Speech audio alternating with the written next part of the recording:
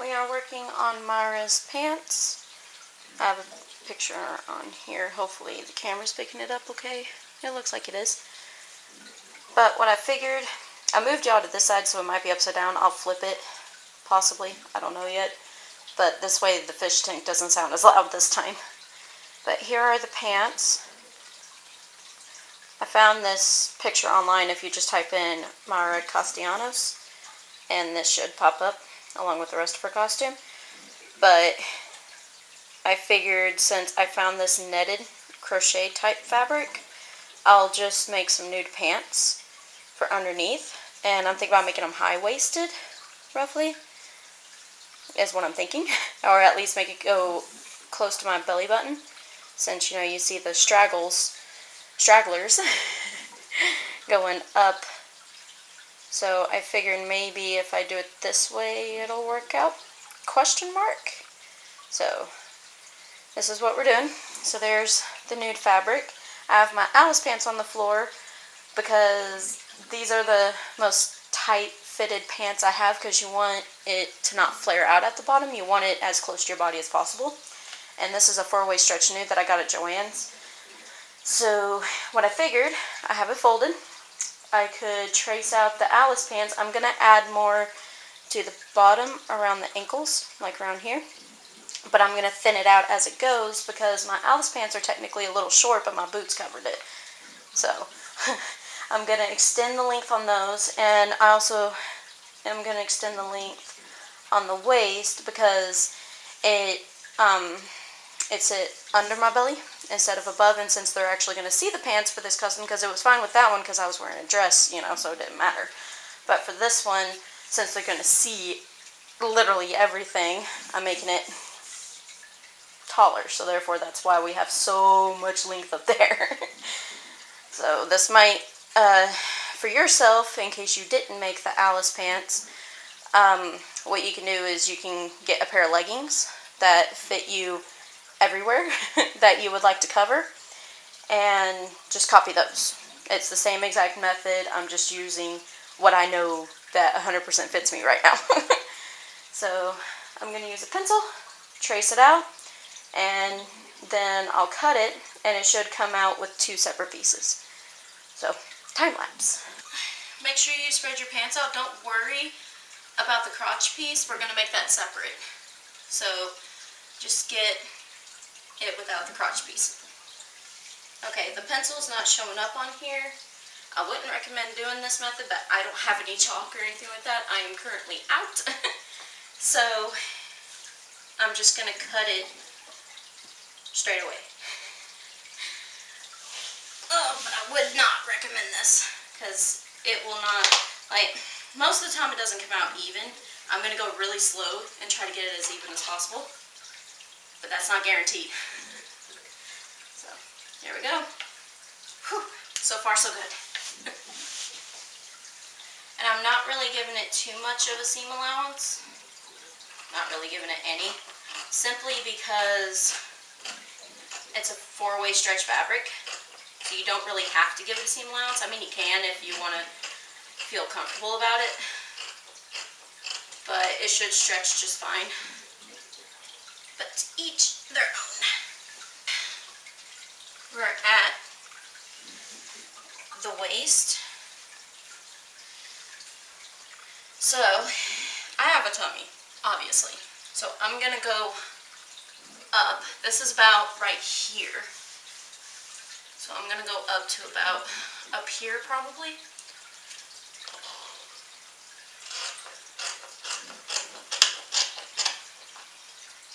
Thinking about that far.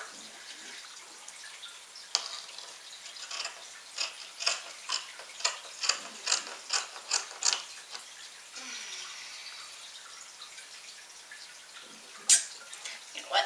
I'm actually going to go up a little more.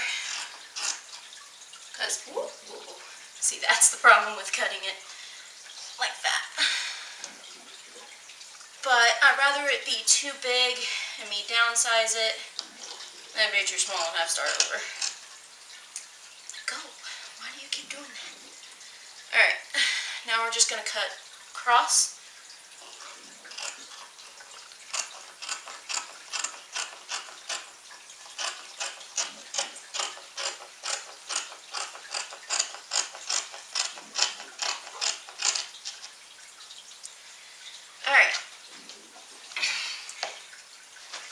there is my pants. We'll clean it up when we sew it, so don't worry about the edges being jagged or anything like that, really.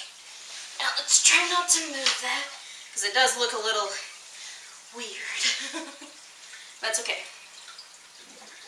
Fix it later. Alright, now that scrap piece that you cut in the middle, we can just use it. Just grab a piece. And this is going to be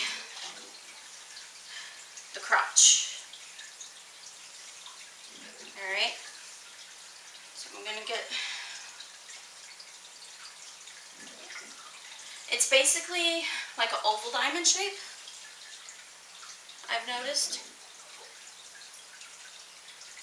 Something about like that.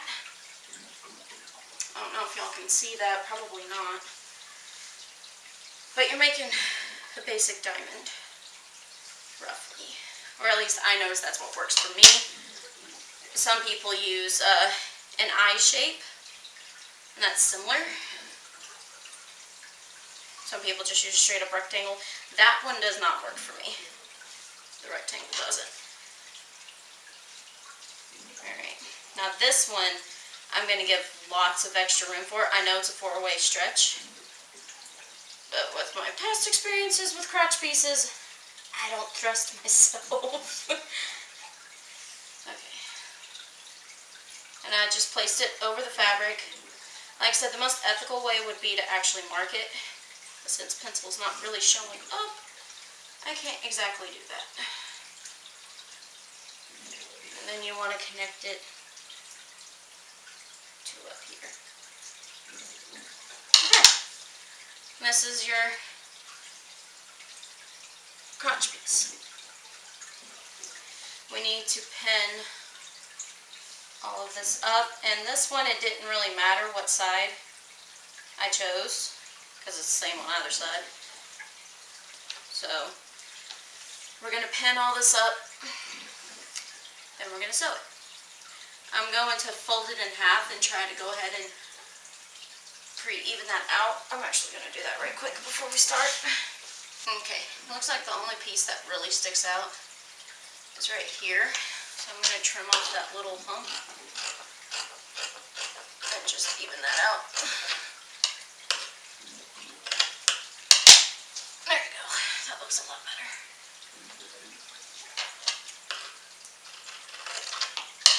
Alright, cool. Okay.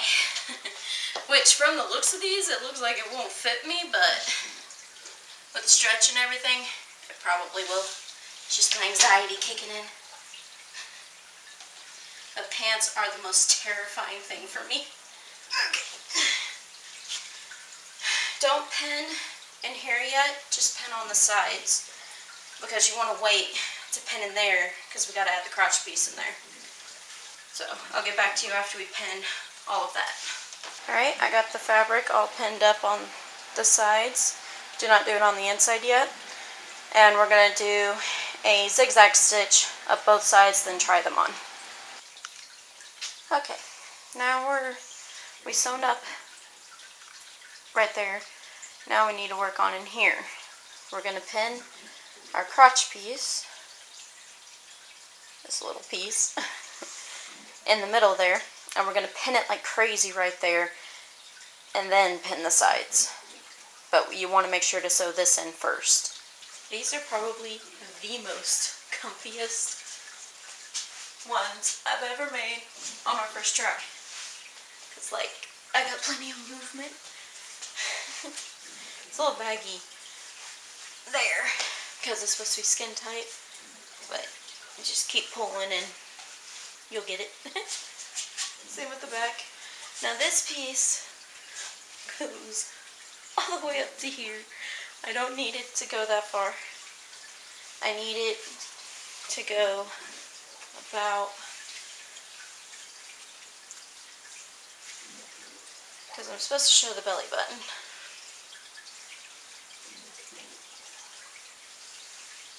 I don't know. I just think it would look more flattering if I showed my own.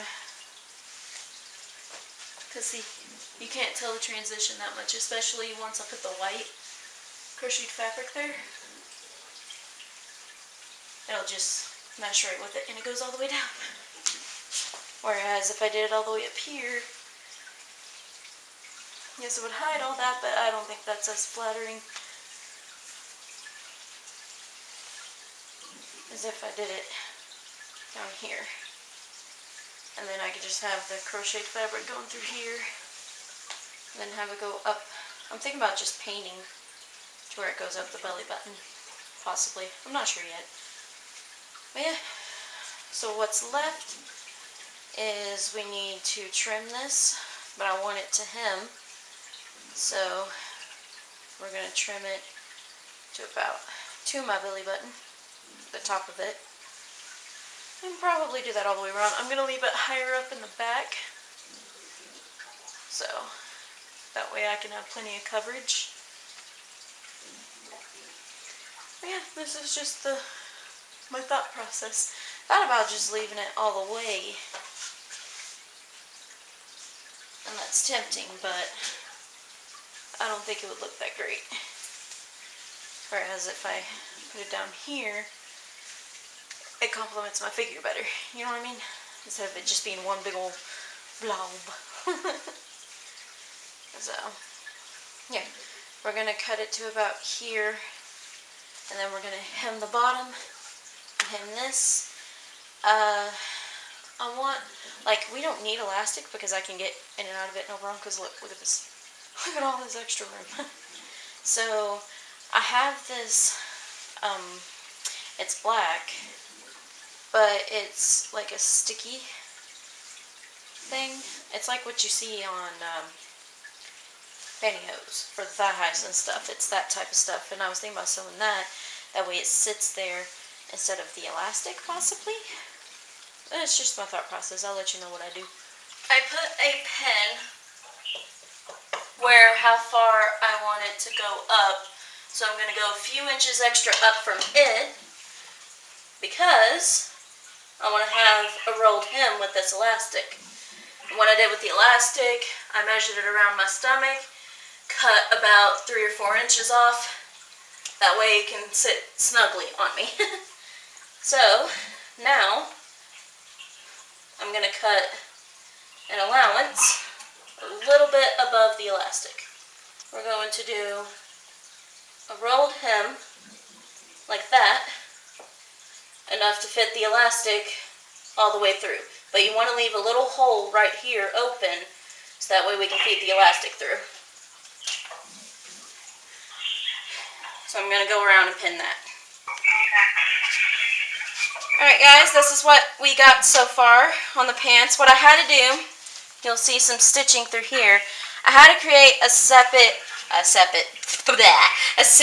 casing for the elastic itself, because I didn't make this high enough. Like, I cut it too short, and it was like doing the whole, oh, we're going to drag down in the back thing. So I just made an extra casing just like I did with Alice. Stuck the elastic through, sewed it on, and I went ahead and hemmed the bottom. So now we're going to throw it in the washer on cold setting with scent-free, dye-free, everything like that detergent, basically baby detergent, and hang them out to dry. So now they're ready to start getting some glued crochet stuff on them. Alright, these are the pants. We're going to turn it into that. I'm using Alene Super Fabric Adhesive, and it's very flexible, which I've tested these, and it's no lie. Okay? You're just going to get some crocheted knit spiderweb fabric. And I would suggest, for the waistband area, use the trim. So find some and just start cutting random pieces. And the reason why they're going to be random is because we want it to be flexible. And then you just apply your glue. Be pretty generous with it. And then grab your fabric and just press it on top. Now, if you could find something that can actually press to it, it would work a lot better because this stuff gets really sticky on your hands. So I would suggest finding something like that. And you just keep applying until you get them completely covered. And I would suggest keep on doing it in random spots because that's going to create even more flexibility for the pants. Because I tried these on and they're still completely flexible. And you only want to put as much glue, like go ahead and have your fabric laid out and have it pre-cut before you lay the piece. And I would suggest, you know, finding the perfect piece for the perfect fit.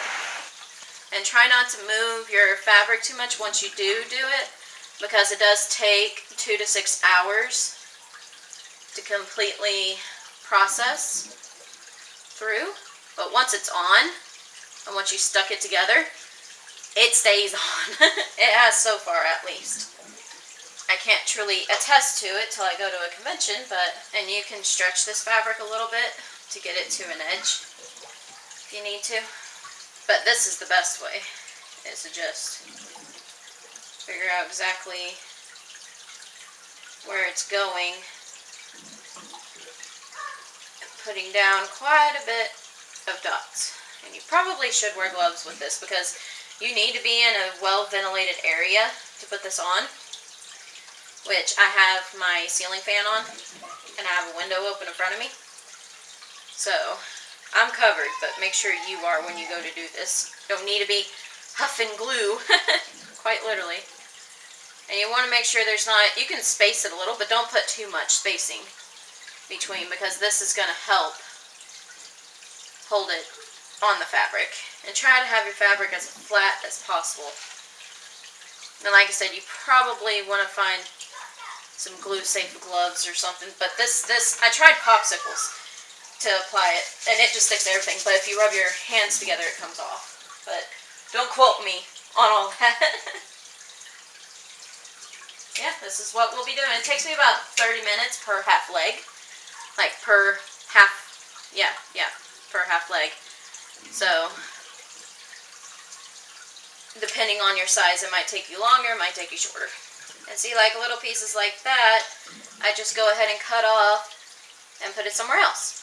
It's like a little puzzle. And that's what the pants will look like when they're done. Sorry if you hear the kid, she got in trouble. For getting into something she shouldn't have.